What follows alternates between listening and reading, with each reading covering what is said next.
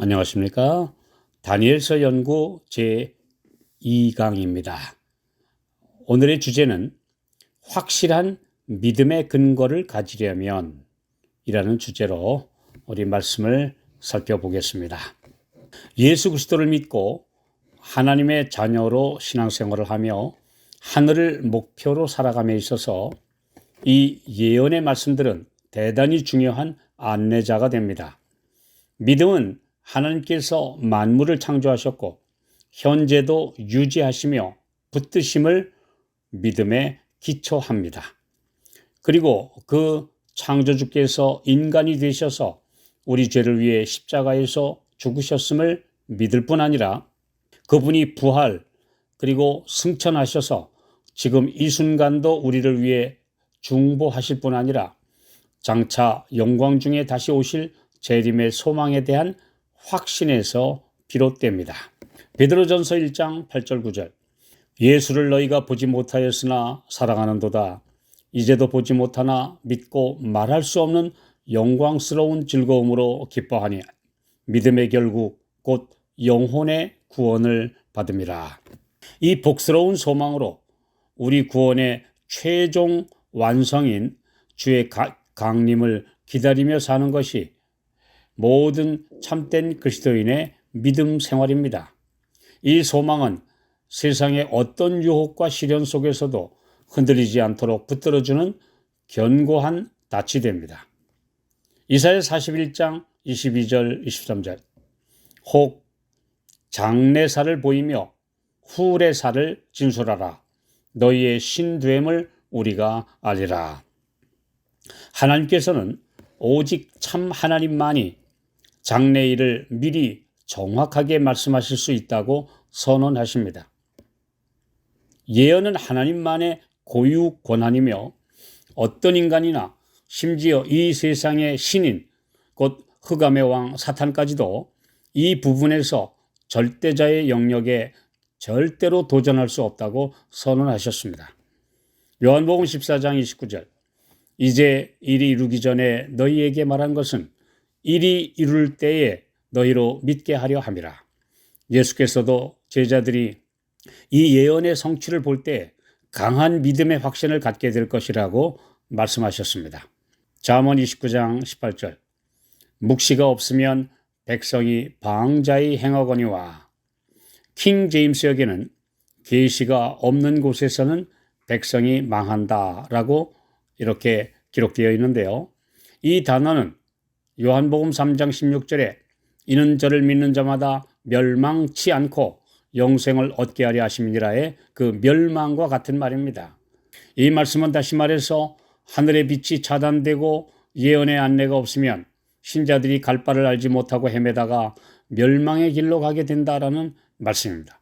오늘날 수많은 거짓 예언들이 유튜브에 난무한 것과 많은 사람들이 이런 가르침에 미혹되고 있는 현실이 이를 확인시켜 줍니다. 지금같이 어둡고 혼란한 때에 등불과 같은 성경 예언의 올바른 안내가 절실히 필요하다는 것을 다시 깨닫게 해주는 말씀입니다.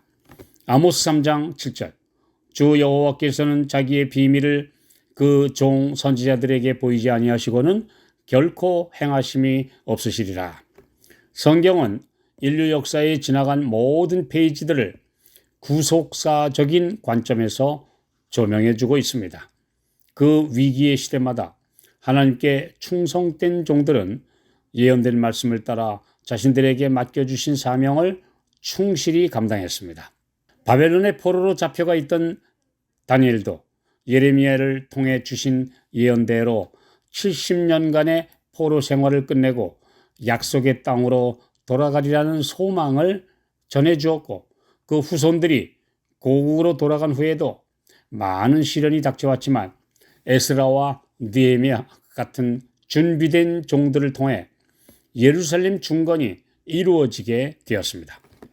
마태복음 24장 15절 그러므로 너희가 선지자 다니엘의 말한 바 멸망에 가증한 것이 거룩한 곳에 선 것을 보거든 읽는 자는 깨달을진저.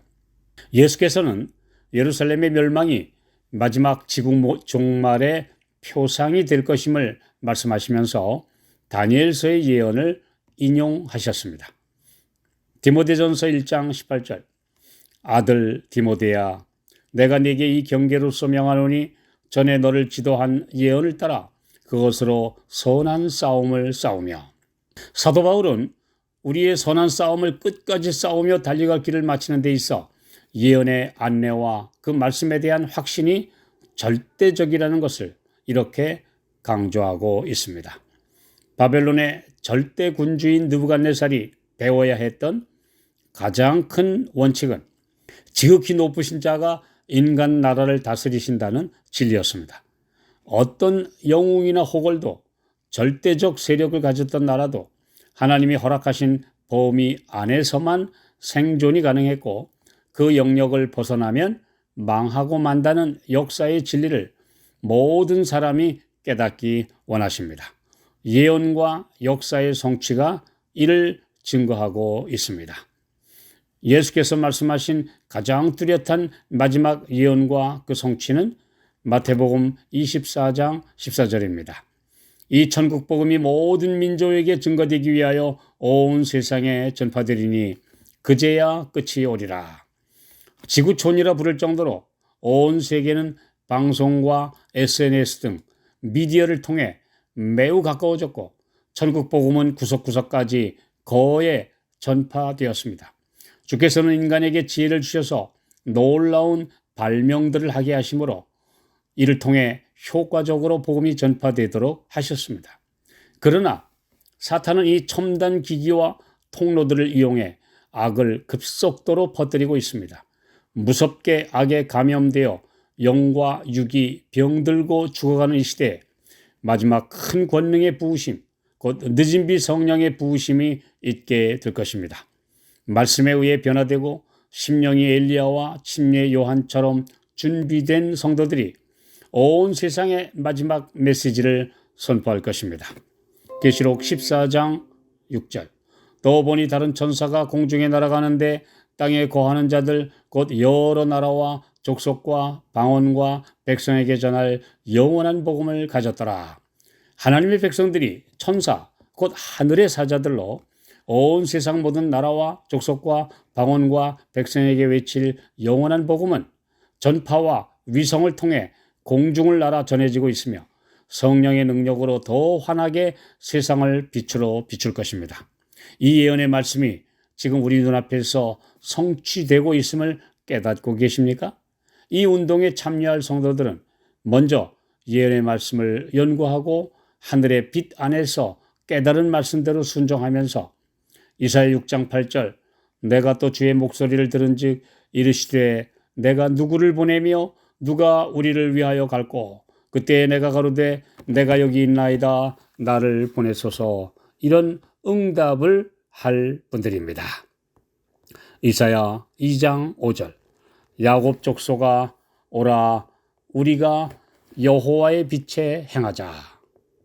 이 말씀의 빛 안에서 하나님의 계명과 예수 믿음을 지키는 분들이 곧 오실 예수님을 맞이할 성도들입니다. 그들은 캄캄한 세상을 밝게 비출 등불을 가진 성도들입니다. 여러분들은 손에 등불을 들고 계십니까? 그 등불은 곧 예언의 빛이라는 사실을 다시 한번 생각해 보시기를 바랍니다.